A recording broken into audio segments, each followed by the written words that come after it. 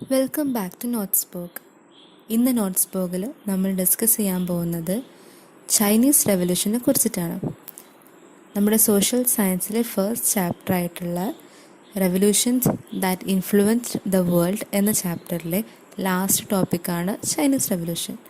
Chinese revolution ഏതാണ്ട് 20ാം നൂറ്റാണ്ടിലോട്ടായിട്ടാണ് നമ്മൾ കാണുന്നത്. അത് ടുവേഴ്സ് 20th സെഞ്ച്വറിയിലാണ് ചൈനീസ് റെവല്യൂഷൻ നടക്കുന്നത്. ഈ ചൈനീസ് റെവല്യൂഷൻ നടന്നത് തന്നെ വിദേശാധിപത്യത്തിനും അതേപോലെ തന്നെ രാജവാഴ്ചയ്ക്കും എതിരാണ്. അതായത് ഫോറിൻ റൂളും മൊണാർക്ക് ഈ രണ്ടിനും എതിരായിട്ടാണ് ചൈനീസ് റെവല്യൂഷൻ വരുന്നത്. ചൈനയിലും ഫോറിൻ പവേഴ്സ് എന്ന് പറയുന്നത് യൂറോപ്പും അമേരിക്കയും തന്നെയായിരുന്നു. പക്ഷേ അവർ മറ്റ് ഭാഗങ്ങൾ, വേൾഡിൻ്റെ മറ്റ് ഭാഗങ്ങളിൽ അവർ കോളനീസ് സെറ്റ് ചെയ്തപ്പോൾ നടപ്പിലാക്കിയിരുന്ന ഒരു റൂളോ പോളിസീസോ ആയിരുന്നില്ല ചൈനയിൽ നടപ്പിലാക്കിയത്. കുറച്ച് ഡിഫറെൻ്റ് ആയിട്ടുള്ള റൂൾസ് ആയിരുന്നു ചൈനയിൽ അവർ നടപ്പിലാക്കിക്കൊണ്ടിരുന്നത്. അവർ മെയിനായിട്ട് ചൈനയിൽ നടത്തിയിരുന്നത് ഓപ്പിയം ട്രേഡും അതേപോലെ ഓപ്പൺ ഡോർ പോളിസി, അതായത് കറുപ്പ് വ്യാപാരവും തുറന്ന വാതിൽ നയവുമായിരുന്നു. അതൊക്കെ എന്താ നമുക്ക് ഡിസ്കസ് ചെയ്യാം. അപ്പോൾ ഫസ്റ്റ് നമ്മൾ ഓപ്പിയം ട്രേഡ് എന്തായിരുന്നു എന്നുള്ളതാണ് നോക്കുന്നത്, അതായത് കറുപ്പ് വ്യാപാരം.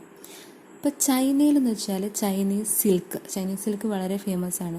അതുപോലെ ചൈനീസ് സിൽക്ക്, അവിടുത്തെ തേയില, ടീ, അതേപോലെ എർത്തൻ വെയർ, അതായത് മൺപാത്രങ്ങളൊക്കെ ഭയങ്കര ഡിമാൻഡായിരുന്നു. ഓൾ ഓവർ ദി വേൾഡിൽ ഭയങ്കര ഡിമാൻഡായിരുന്നു ഈ കാര്യങ്ങൾക്കൊക്കെ. ഓൾ ഓവർ ദി വേൾഡിൽ പ്രത്യേകിച്ച് യൂറോപ്പിലൊക്കെ ഭയങ്കര ഡിമാൻഡായിരുന്നു. അപ്പോൾ ചൈനയ്ക്ക് എന്ന് വെച്ചാൽ ഇതിൻ്റെയൊക്കെ എക്സ്പോർട്ട് വഴി ഹ്യൂജ് പ്രോഫിറ്റ് കിട്ടിക്കൊണ്ടിരുന്നു, നല്ല ലാഭമായിരുന്നു ചൈനീസിന് കിട്ടിക്കൊണ്ടിരുന്നത്. പക്ഷെ ചൈനയിൽ നിന്ന് തിരിച്ച് ചൈനയിലോട്ട് യൂറോപ്പിൽ നിന്ന് ഇമ്പോർട്ട് ചെയ്യാൻ വേണ്ടിയിട്ട് ഒന്നും ഉണ്ടായിരുന്നില്ല. തിരിച്ചൊരു ട്രേഡ് അവിടെ നടക്കുന്നുണ്ടായിരുന്നില്ല. ചൈനയിൽ നിന്ന് അങ്ങോട്ട് മാത്രമായിരുന്നു എക്സ്പോർട്ടിങ് നടന്നുകൊണ്ടിരുന്നത്. തിരിച്ചൊരു എക്സ്പോർട്ടിങ് യൂറോപ്പിൽ നിന്നില്ലാത്തതുകൊണ്ട് യൂറോപ്യൻസിന് അത് ഭയങ്കര ലോസ് ആയിട്ടാണ് വന്നുകൊണ്ടിരുന്നത്. അപ്പം ഇതിനൊരു പരിഹാരം, ഒരു റെമഡി പോലെയായിട്ടാണ് ബ്രിട്ടീഷ് ട്രേഡേഴ്സ് ഓപ്പിയത്തിന് ഇമ്പോർട്ട് ചെയ്യാൻ തുടങ്ങിയത്. ഓപ്പിയം എന്ന് വെച്ചാൽ കറുപ്പ്, ഇറ്റ്സ് കൈൻഡ് ഓഫ് ഒരു ഡ്രഗാണ്. അപ്പോൾ ഒരു ഇൻടോക്സിക്കൻ്റ് ആണ്. അത് ചൈനയിലോട്ട് അവർ ഇമ്പോർട്ട് ചെയ്യാൻ തുടങ്ങി. ഇത് ചൈനീസ് ട്രേഡിനെ ഒരുപാട് എഫക്റ്റ് ചെയ്തു. കാരണം ഇതിൻ്റെ ഉപയോഗം കാരണം ചൈനീസ് ആൾക്കാർക്കൊക്കെ മെൻ്റലി അവരെല്ലാവരും അൺസ്റ്റേബിൾ ആവാൻ തുടങ്ങി. കാരണം അതൊരു ലഹരിയാണല്ലോ. ഇതോടെ എന്തായി, സാമ്പത്തികമായിട്ടും മാനസികമായിട്ടും ചൈനക്കാർ അടിമത്തത്തിലായി. കാരണം ഈ ഓപ്പിയത്തിൻ്റെ യൂസ് അവരെ മെൻ്റലി അൺസ്റ്റേബിൾ ആക്കുകയും ചെയ്തു.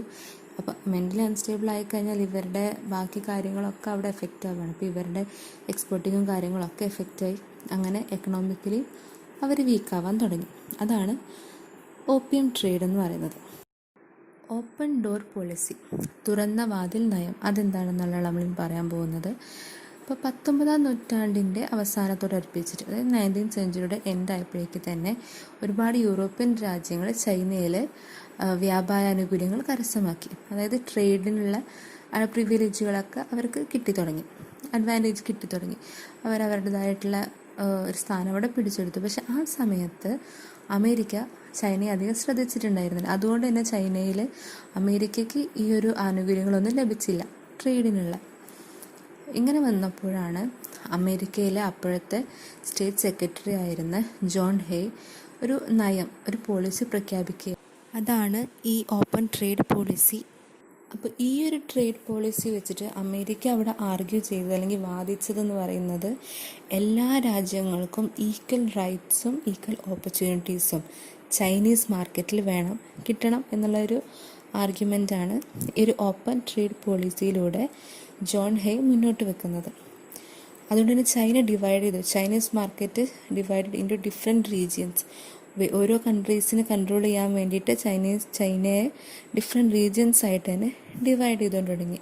പക്ഷേ ഈ ഒരു പോളിസിയുടെ മെയിൻ എയിം എന്ന് പറയുന്നത് അമേരിക്കയ്ക്ക് ചൈനീസ് മാർക്കറ്റിലും ചൈനീസ് ട്രേഡിലും ചൈനയിലും ഇൻ്റർഫിയർ ചെയ്യാൻ വേണ്ടിയിട്ടായിരുന്നു ഈ ഒരു പോളിസിയുടെ മെയിൻ എയിം എന്ന് പറയുന്നത്.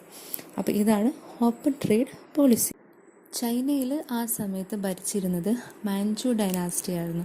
ഈ മാഞ്ചു ഡൈനാസ്റ്റി ഈ വിദേശികളുടെ ഇൻ്റർഫിയറൻസിനെയും അതേപോലെ അവരുടെ ഒരു ആധിപത്യത്തിനെയൊക്കെ സപ്പോർട്ട് ചെയ്തൊരു നിലപാടുള്ള ഒരു ഡൈനാസ്റ്റി ആയിരുന്നു. ഇവർക്കെതിരെ ഒരുപാട് സീക്രട്ട് ഓർഗനൈസേഷൻസൊക്കെ ചൈനയിൽ പ്രവർത്തിച്ചു തുടങ്ങി. അവർ 1900s ഇതിനെതിരെ റെബല്യൻസും അതായത് കലാപങ്ങളൊക്കെ ഉണ്ടാക്കിയിട്ടുണ്ടായിരുന്നു. മാൻഡു ഡൈനാസ്റ്റിയുടെ ഈ ഒരു നിലപാടിനെതിരെ. അവരുടെ മുദ്ര എന്ന് പറയുന്നത് ഒരു ബോക്സേഴ്സ് ഫിസ്റ്റ് ആയിരുന്നു, അതായത് ബോക്സറുടെ മുഷ്ടി. ഇതിനെയാണ് ബോക്സർ റെബല്യൻ എന്ന് വിളിക്കുന്നത് തന്നെ. പക്ഷെ ഈ ഒരു റെബല്യൻ ഫെയിലിയർ ആയിരുന്നു, കാരണം അവർക്ക് മുന്നോട്ട് പോകാൻ പറ്റിയില്ല. ഒരു പരാജയമായിരുന്നു ഈ ഒരു ബോക്സർ റെബല്യൻ. പക്ഷേ പിന്നീട് വന്ന വിപ്ലവങ്ങൾക്കൊക്കെ ഒരു പ്രചോദനമായിരുന്നു ഈ ഒരു റെബല്യൻ. കാരണം ആൾക്കാർക്ക് ഒത്തുകൂടാനും അതിനെതിരെ ഫൈറ്റ് ചെയ്യാനൊക്കെയുള്ള ഒരു എൻകറേജ്മെൻറ്റ് ഈ ഒരു റെബല്യൻ കാരണം ഉണ്ടായി. 1911 ഡോക്ടർ സെൻ യാത് സെന്നിൻ്റെ കീഴിലായിട്ട് അവിടെ ചൈനയിൽ പുതിയ ഒരു റെവല്യൂഷൻ വരികയാണ്. അത് മഞ്ചു ഡൈനാസ്റ്റിക്ക് എതിരായിട്ടുള്ളൊരു റെവല്യൂഷനാണ് വന്നത്. ഈ ഒരു റെവല്യൂഷൻ കഴിഞ്ഞതോടുകൂടി ചൈനയിലുണ്ടായിരുന്ന രാജവാഴ്ച തന്നെ ഇല്ലാണ്ടായി. അതായത് മൊണാർക്ക് സിസ്റ്റം തന്നെ ചൈനയിൽ എൻഡായി ഈ റെവല്യൂഷൻ കഴിഞ്ഞപ്പോൾ. അപ്പോൾ ഈ റെവല്യൂഷന് ശേഷം സദേൺ ചൈനയിൽ, അതായത് ദക്ഷിണ ചൈനയിൽ കൊമിങ്താങ് പാർട്ടി ഒരു റിപ്പബ്ലിക്കൻ ഗവൺമെൻറ് എസ്റ്റാബ്ലിഷ് ചെയ്തു. അതിൻ്റെ ഹെഡായിട്ടുണ്ടായിരുന്നത് ഡോക്ടർ സൻ യാത് സെൻ തന്നെയായിരുന്നു. അപ്പം അദ്ദേഹത്തിൻ്റെ ഐഡിയോളജീസ് എന്ന് പറയുന്നത് ജനാധിപത്യം, സോഷ്യലിസം, അതുപോലെ ദേശീയത, അതായത് നാഷണലിസം, ഡെമോക്രസി, സോഷ്യലിസം, ഇത് മൂന്നുമായിരുന്നു അദ്ദേഹത്തിൻ്റെ ഐഡിയോളജീസ് എന്ന് പറയുന്നത്.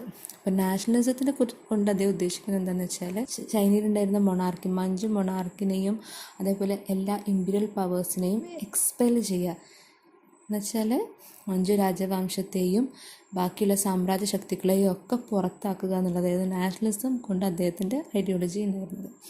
രണ്ടാമത്താണ് ജനാധിപത്യം. ജനാധിപത്യം എന്ന് വെച്ചാൽ ഡെമോക്രാറ്റിക് റൂള് അവിടെ സ്ഥാപിച്ചെടുക്കുക എന്നുള്ളതായിരുന്നു. പിന്നത്താണ് സോഷ്യലിസം. സോഷ്യലിസം എന്ന് പറയുമ്പോൾ ക്യാപിറ്റലിനെ, മൂലധനത്തിനെ കൺട്രോൾ ചെയ്യുകയും അതേപോലെ ലാൻഡ് ഈക്വലി ഡിസ്ട്രിബ്യൂട്ട് ചെയ്യാനും ഒക്കെ ആയിട്ടാണ് സോഷ്യലിസം എന്ന കൺസെപ്റ്റ് അദ്ദേഹം ഉദ്ദേശിച്ചത്. വെസ്റ്റേൺ കൺട്രീസൊക്കെ ആയിട്ട് ഒരു ഇക്വാലിറ്റി, സമത്വം വേണം എന്ന് ആഗ്രഹിച്ചിട്ടാണ് അദ്ദേഹം ഈ ബാക്കി ഫോറിൻ കൺട്രീസുമായിട്ടൊക്കെ മുന്നേ ഒപ്പുവെച്ചിരുന്ന അന്യായ കരാറുകൾ ഒരുപാടുണ്ടായിരുന്നു. അതായത് അൺജസ്റ്റ് ട്രീറ്റീസ് ഒരുപാടുണ്ടായിരുന്നു. അതൊക്കെ അദ്ദേഹം റദ്ദാക്കാൻ തുടങ്ങി. കുമിങ്താങ് റിപ്പബ്ലിക് പാർട്ടി കൂടുതലായിട്ട് സ്വീകരിച്ചിരുന്നത് അഗ്രികൾച്ചറും അതുപോലെ ഇൻഡസ്ട്രിയൽ വ്യവസായത്തിൻ്റെയും പുരോഗതിക്കായിട്ടുള്ള നടപടികളൊക്കെ ആയിരുന്നു അവർ കൂടുതലായിട്ട് സ്വീകരിച്ചിട്ടുണ്ടായിരുന്നത്. അവർക്ക് ആ ഒരു ടൈമിൽ റഷ്യയിൽ നിന്നും അസിസ്റ്റൻസ് കിട്ടിയിരുന്നു. റഷ്യ ഒരു കമ്മ്യൂണിസ്റ്റ് രാജ്യമായിട്ട് വന്നൊരു രാജ്യമായിട്ടുണ്ടായിരുന്നു. അപ്പോൾ ചൈനീസ് കമ്മ്യൂണിസ്റ്റ് പാർട്ടിയും ഈ റഷ്യയുടെ അസിസ്റ്റൻസ് പ്രകാരം ചൈനീസ് കമ്മ്യൂണിസ്റ്റ് പാർട്ടിയും അങ്ങനെ ചൈനയിൽ ഫോം ചെയ്തു. ഈ ഒരു ചൈനീസ് കമ്മ്യൂണിസ്റ്റ് പാർട്ടിയും അതുപോലെ തന്നെ കുമിങ്താങ് ഗവൺമെൻറ്റും ഒരു സഹകരിച്ചുകൊണ്ടായിരുന്നു അവർ മുന്നോട്ട് പോയിക്കൊണ്ടിരുന്നത്. ഒരു കാലം വരെ നല്ല കോപ്പറേഷനിലായിരുന്നു പോയിക്കൊണ്ടിരുന്നത്. പക്ഷേ സൻ യാത് സെന്നിൻ്റെ മരണത്തെ തുടർന്ന് ചിയാങ് കൈഷക് ഭരണത്തിൻ്റെ തലവനായി വന്നതോടെ ഈ സഹകരണങ്ങളൊക്കെ നിന്നു. ചിയാങ് കൈഷക് ചൈനയിൽ ഒരു സൈനിക ഏകാധിപത്യത്തിന് തുടക്കം കുറിച്ചു. അതായത് ഒരു മിലിറ്ററി ഓട്ടോക്രസിക്ക് അദ്ദേഹം ഒരു സ്റ്റാർട്ടിങ് കൊടുത്തു. അപ്പോൾ കമ്മ്യൂണിസ്റ്റുകളുമായിട്ടുണ്ടായിരുന്ന എല്ലാ കോപ്പറേഷൻസും അദ്ദേഹം ഒഴിവാക്കി. അവരുമായിട്ടുള്ള സഹകരണങ്ങളൊക്കെ ഒഴിവാക്കിയിട്ട് ബാക്കിയുള്ള വിദേശ രാജ്യങ്ങൾക്ക്, അമേരിക്കയും അതുപോലെ വിദേശ രാജ്യങ്ങൾക്കൊക്കെ ചൈനയിൽ അവരുടെ ഇഷ്ടം പോലെ ഇൻ്റർഫിയർ ചെയ്യാനുള്ള ഒരു അവസരം കൂടി അദ്ദേഹം അവിടെ ഒരുക്കി കൊടുത്തു. അപ്പോൾ ചൈനയുടെ അന്നത്തെ ഏറ്റവും വലിയ സമ്പത്തുകളായിരുന്ന അയൺ, കോൾ, അതായത് ഇരുമ്പ്, കൽക്കരി, പിന്നെ ചൈനയുടെ ബാങ്കിങ്, പിന്നെ അതേപോലെ ഫോറിൻ ട്രേഡ്, വിദേശ വ്യാപാരങ്ങൾ, ഈ മേഖലകളൊക്കെ അപ്പോൾ കൺട്രോൾ ചെയ്തിരുന്നത് വിദേശ രാജ്യങ്ങളായിരുന്നു. ചിയാങ് കൈഷക്കിൻ്റെ നയങ്ങളെ കമ്മ്യൂണിസ്റ്റുകൾ വളരെയധികം എതിർത്തു. കാരണം ചൈനയിലുണ്ടായിരുന്ന ഓട്ടോക്രസി എല്ലാം മാറ്റി ചൈനയെ ഒരു ഡെമോക്രാറ്റിക് കൺട്രി ആക്കിക്കൊണ്ട് വന്നായിരുന്നു ഈ കമ്മ്യൂണിസ്റ്റും അതുപോലെ തന്നെ സൻ യാത് സെന്നിൻ്റെ കീഴിലുള്ള ഗവൺമെൻറ്റും കൂടി ചേർന്നിട്ടുള്ള ഒരു കോർപ്പറേഷനിൽ ചൈനയെ ഒരു ഡെമോക്രാറ്റിക് കൺട്രിയാക്കി കൊണ്ടുവരികയായിരുന്നു. പക്ഷേ ഇപ്പോൾ ചിയാങ് കൈഷക്ക് ഭരണത്തിലെത്തിയപ്പോൾ വീണ്ടും ചൈനയിൽ ആ ഒരു മിലിറ്ററി ഓട്ടോക്രസി അങ്ങനെയായിട്ട് ചൈന വീണ്ടും പഴയ രീതിയിലോട്ട് പോവുമായിരുന്നു. അപ്പോൾ ഇതിനെ കമ്മ്യൂണിസ്റ്റുകൾ വളരെയധികം എതിർത്തു. പക്ഷേ ഈ എതിർത്ത കമ്മ്യൂണിസ്റ്റുകളെയെല്ലാം വളരെ ക്രൂരമായിട്ടാണ് ചിയാങ് കൈഷക്ക് നേരിട്ടിരുന്നത്. ഈ സമയത്ത് ചൈനീസ് കമ്മ്യൂണിസ്റ്റ് പാർട്ടിയുടെ നേതാവായിരുന്നത് മാവോ സേത്തുങ് ആണ്. മാവോ സേത്തുങ് ചൈനീസ് റെവല്യൂഷനിലെ തന്നെ ഒരു ഇമ്പോർട്ടൻറ്റ് പേഴ്സണാലിറ്റിയാണ്. അപ്പോൾ മാവോ സേത്തുങ്ങിൻ്റെ കീഴിൽ 1934 1934 ചൈനയിൽ ഒരു ലോങ് മാർച്ച് അവിടെ ഓർഗനൈസ് ചെയ്തു. 12,000 കിലോമീറ്റർ നീണ്ട ഒരു മാർച്ച്. അപ്പോൾ അവർ സ്റ്റാർട്ട് ചെയ്തത് ക്യാൻസി എന്ന് പറഞ്ഞാൽ സൗത്ത് ചൈനയിൽ നിന്നാണ് മാവോ സേതുങ്ങിൻ്റെ ലീഡർഷിപ്പിൽ ഈ ലോങ് മാർച്ച് സ്റ്റാർട്ട് ചെയ്യുന്നത്. 12,000 കിലോമീറ്ററുകൾ താണ്ടി വളരെ അഡ്വഞ്ചറസ് ആയിട്ടുള്ള ഒരു ജേണി ആയിരുന്നു അത്. ഒരുപാട് പ്രതിസന്ധികളൊക്കെ നേരിട്ടുകൊണ്ടാണ് അവർ ഈ ജേണി മുന്നോട്ട് പോയത്. അങ്ങനെ 12,000 കിലോമീറ്ററുകൾ മുന്നിട്ടിട്ട് അവർ ഈ ജേണി എൻഡ് ചെയ്യുന്നത് നോർത്ത് വെസ്റ്റേൺ ചൈനയിലെ യനാനിലാണ് ഈ ജേണി അവർ എൻഡ് ചെയ്യുന്നത്. അപ്പോൾ ഈ ഒരു ജേണിയിൽ ഉടനീളമായിട്ട് അവർ ഒരുപാട് ലാൻഡും വില്ലേജസും ഒക്കെ അവർ ലാൻഡ് ലോഡ്സിൻ്റെ കയ്യിൽ നിന്ന് പിടിച്ചെടുത്തിട്ട് ഫാമേഴ്സിനൊക്കെ അത് ഡിസ്ട്രിബ്യൂട്ട് ചെയ്തു. അപ്പം അത്രയും പ്രതിസന്ധികൾ നിറഞ്ഞൊരു യാത്രയായിരുന്നു. കാരണം അതത്ര എളുപ്പമുണ്ടായിരുന്നില്ല. ഈ പിടിച്ചെടുക്കലും അതുപോലെ ഫാമേഴ്സിൻ്റെ ഇടയിൽ ഇത് ഡിസ്ട്രിബ്യൂട്ട് ചെയ്യലൊക്കെ അത്ര എളുപ്പമുള്ള കാര്യമായിരുന്നില്ലല്ലോ. അതുകൊണ്ട് തന്നെയാണ് ഇതിനെ ലോങ് മാർച്ച് എന്ന് പറയുന്നത്. അങ്ങനെ ഈ ഒരു ലോങ് മാർച്ചിന് ശേഷം മാവോ സേത്തുങ്ങും കമ്മ്യൂണിസ്റ്റ് പാർട്ടിയും ചൈനയിലെ തന്നെ വിദേശ പവറിനെതിരെ ഉള്ളൊരു സിമ്പിൾ ഓഫ് സ്ട്രഗിൾ ആയിട്ട് തന്നെ മാറി. അപ്പോൾ ഇവരുടെ ഈ സ്ട്രഗിളൊക്കെ വളരെയധികം വ്യാപിക്കുകയും ചെയ്തു. അങ്ങനെ മാവോ സേതുങ്ങിൻ്റെ കീഴിലുള്ള റെഡ് ആർമി സെൻറ്റർ ഓഫ് കൊമിങ്താങ് ഭരണം പിടിച്ചെടുത്തു. അതോടെ ചിയാങ് കൈഷക്കിന് അവിടെ നിൽക്കണ്ടില്ലാണ്ടായി. അങ്ങനെ അദ്ദേഹം തായ്വാനിലോട്ട് രാഷ്ട്രീയ അഭയം തേടിയിട്ട് പോയി. പിന്നെ October 1 1949 1949 China people's republic of China ആയിട്ട് മാറുന്നത് under the leadership of Mao സേതുങ്ങിൻ്റെ കീഴിൽ ചൈന പീപ്പിൾസ് റിപ്പബ്ലിക് ഓഫ് ചൈനയായിട്ട് മാറി. അപ്പോൾ ചൈനീസ് റെവല്യൂഷനെ കുറിച്ചിട്ട് ഇത്രയും നമുക്കിവിടെ പറയാനുള്ളൂ. Revolutions that influenced the world എന്ന ഈ ഒരു ചാപ്റ്ററിൽ നമ്മളിപ്പോൾ ഒരുപാട് റെവല്യൂഷൻസിനെ കുറിച്ച് നമ്മൾ പറഞ്ഞു വന്നു. അപ്പോൾ അതിൽ നമ്മൾ ഫസ്റ്റ് ഡിസ്കസ് ചെയ്തത് അമേരിക്കൻ വാർ ഓഫ് ഇൻഡിപെൻഡൻസ് ആണ്, അമേരിക്കൻ റെവല്യൂഷനും. പിന്നെ നമ്മൾ ഡിസ്കസ് ചെയ്തത് ഫ്രഞ്ച് റെവല്യൂഷനാണ്. അത് കഴിഞ്ഞ് ലാറ്റിൻ അമേരിക്കൻ റെവല്യൂഷൻ പറഞ്ഞു, റഷ്യൻ റെവല്യൂഷൻ പറഞ്ഞു, പിന്നെ ഇപ്പോൾ ചൈനീസ് റെവല്യൂഷനും പറഞ്ഞു. ഓരോ റെവല്യൂഷനും നമ്മൾ ഡിസ്കസ് ചെയ്ത് പോയപ്പോൾ നമ്മൾ അതിൽ നിന്ന് മനസ്സിലാക്കിയെടുത്തതെന്ന് വെച്ചാൽ ഡിഫറെൻറ്റ് പാർട്സ് ഓഫ് ദി വേൾഡിൽ ആൾക്കാർ അനുഭവിച്ചുകൊണ്ടിരുന്ന ഫ്രീഡം ഇല്ലായ്മ ഡിഫറെൻറ്റ് ടൈപ്പായിരുന്നു. ഇതിനൊക്കെ വേണ്ടിയിട്ടായിരുന്നു ഇവരുടെ ആ ഒരു ഫ്രീഡം ഇല്ലായ്മ മറികടക്കാനും അവർക്ക് ഇക്വാലിറ്റിയും ഫ്രീഡം എല്ലാം കിട്ടാൻ വേണ്ടിയിട്ടായിരുന്നു എല്ലാ വിപ്ലവങ്ങളും നടന്നത്. പക്ഷെ ഈ ഒരു ഐഡിയോളജീസ്, ഈ റെവല്യൂഷൻസിൻ്റെ ഐഡിയോളജീസൊക്കെ ഇപ്പോഴത്തെ നമ്മുടെ മോഡേൺ വേൾഡിനെ തന്നെ ഒന്ന് മോൾഡ് ചെയ്യാൻ വേണ്ടിയിട്ട് എനിക്ക് ഒരുപാട് സഹായിച്ചിട്ടുണ്ട്. എനിക്ക് ഇമ്പോർട്ടൻ്റ് ആണ്. നമ്മുടെ ഒരു ഇപ്പോഴത്തെ വേൾഡിൻ്റെ ഈ ഒരു അവസ്ഥയ്ക്കൊക്കെ ഈ ഒരു റെവല്യൂഷൻസിൻ്റെയൊക്കെ ഇൻഫ്ലുവൻസ് ഒരുപാടുണ്ട്. നമുക്ക് ഓരോ റെവല്യൂഷനും എന്തിനായിരുന്നു എന്നുള്ള ജസ്റ്റ് ഒന്നൊരു റീക്യാപ്പ് എടുക്കാം. അപ്പോൾ ഫസ്റ്റത്തെ റെവല്യൂഷൻ എന്ന് പറയുന്നത് അമേരിക്കൻ വാർ ഓഫ് ഇൻഡിപെൻഡൻസ് ആയിരുന്നു. അപ്പോൾ അമേരിക്കൻ വാർ ഓഫ് ഇൻഡിപെൻഡൻസ് അവിടെ നടന്നത് അവിടെ ഉണ്ടായിരുന്ന ഇംഗ്ലണ്ട് കോളനികൾക്ക് എതിരായിരുന്നു. അത് കോളനിയലിസത്തിനെതിരായിട്ടായിരുന്നു അമേരിക്കൻ വാർ ഓഫ് ഇൻഡിപെൻഡൻസ് നടന്നത്. അപ്പോൾ അതിൻ്റെ ലീഡേഴ്സ്, ആ ഒരു റെവല്യൂഷനിൽ ഉണ്ടായിരുന്ന ലീഡേഴ്സിനെ പറയുന്നുണ്ട്. ഇപ്പോൾ George Washington, Thomas Jefferson, Thomas pain, ഇവർ 3 പേരാണ് പ്രധാനപ്പെട്ട 3 ലീഡേഴ്സ്. രണ്ടാമത് നമ്മൾ പറഞ്ഞത് ഫ്രഞ്ച് റെവല്യൂഷനാണ്. അപ്പോൾ ഫ്രഞ്ച് റെവല്യൂഷൻ നടന്നത് അവിടെ ഉണ്ടായിരുന്ന ഫ്യൂഡൽ സിസ്റ്റം, ക്ലാസ്സുകളൊക്കെ ഡിവൈഡ് ചെയ്തിരുന്ന ഫ്യൂഡൽ സിസ്റ്റത്തിന് ഓട്ടോക്രസിക്ക് എതിരായിട്ടായിരുന്നു ഫ്രഞ്ച് റെവല്യൂഷൻ വന്നത്. അപ്പോൾ ഫ്രഞ്ച് റെവല്യൂഷൻ്റെ ലീഡേഴ്സ് എന്ന് പറയുന്നത് വോൾട്ടയർ, റൊസ്യൂ, മോണ്ടസ്ക്യൂ, ഈ 3 പേരുമാണ് പ്രധാനപ്പെട്ട ലീഡേഴ്സ്. ഒരുപാട് ലീഡേഴ്സ് ബാക്കിലുണ്ട്. പക്ഷെ നമ്മൾ പ്രധാനപ്പെട്ട അതിൽ റെവല്യൂഷൻ സ്റ്റാർട്ട് ചെയ്ത ലീഡേഴ്സിനെ കുറിച്ചിട്ടാണ് നമ്മൾ പറയുന്നത്. പിന്നെ മൂന്നാമത് നമ്മൾ ഡിസ്കസ് ചെയ്തിരുന്നത് ലാറ്റിൻ അമേരിക്കൻ റെവല്യൂഷനാണ്. അപ്പോൾ ലാറ്റിൻ അമേരിക്കൻ റെവല്യൂഷൻ എന്ന് പറഞ്ഞാൽ അവിടെ ഉണ്ടായിരുന്ന സ്പെയിൻ്റെയും പോർച്ചുഗലിൻ്റെയും ഡോമിനേഷൻ, അവരുടെ ഒരു ആധിപത്യത്തിനെതിരായിട്ടായിരുന്നു ലാറ്റിൻ അമേരിക്കൻ റെവല്യൂഷൻ വന്നത്.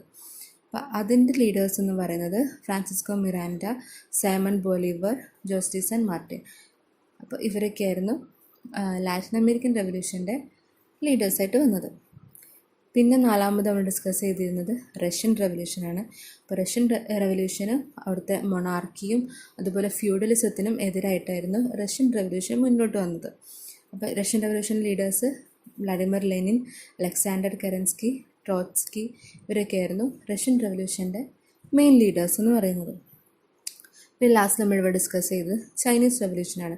ഇപ്പോൾ ചൈനീസ് റവല്യൂഷൻ വരുന്നത് ഫോറിൻ പവർ, വിദേശ ഭരണത്തിനും അതുപോലെ ഫ്യൂഡൽ സിസ്റ്റം, മഞ്ചു ഡൈനാസ്റ്റിക്കും ഒക്കെ എതിരായിട്ടാണ് ചൈനീസ് റവല്യൂഷൻ വരുന്നത്. അപ്പം അതിൻ്റെ മെയിൻ ലീഡേഴ്സ് എന്ന് പറയുന്നത് സന്യാറ്റ്സെനും പിന്നെ മാവോ സേതുങ്ങുമാണ്. അപ്പോൾ ഇത്രയാണ് നമ്മുടെ ഈ ഫസ്റ്റ് ചാപ്റ്ററിൽ നമുക്ക് ഡിസ്കസ് ചെയ്യാനുള്ളത്. അപ്പോൾ ഇത് എല്ലാം എല്ലാവർക്കും ക്ലിയർ ആയിട്ടുണ്ടാവുമെന്നാണ് വിശ്വസിക്കുന്നത്. അപ്പോൾ എന്തെങ്കിലും ഡൗട്ട്സും കാര്യങ്ങളൊക്കെ ഉണ്ടെങ്കിൽ മെസ്സേജ് അയക്കാവുന്നതാണ്. പുതിയൊരു ചാപ്റ്ററായിട്ട് നമുക്ക് നെക്സ്റ്റ് സെക്ഷനിൽ കാണാം. Thank you.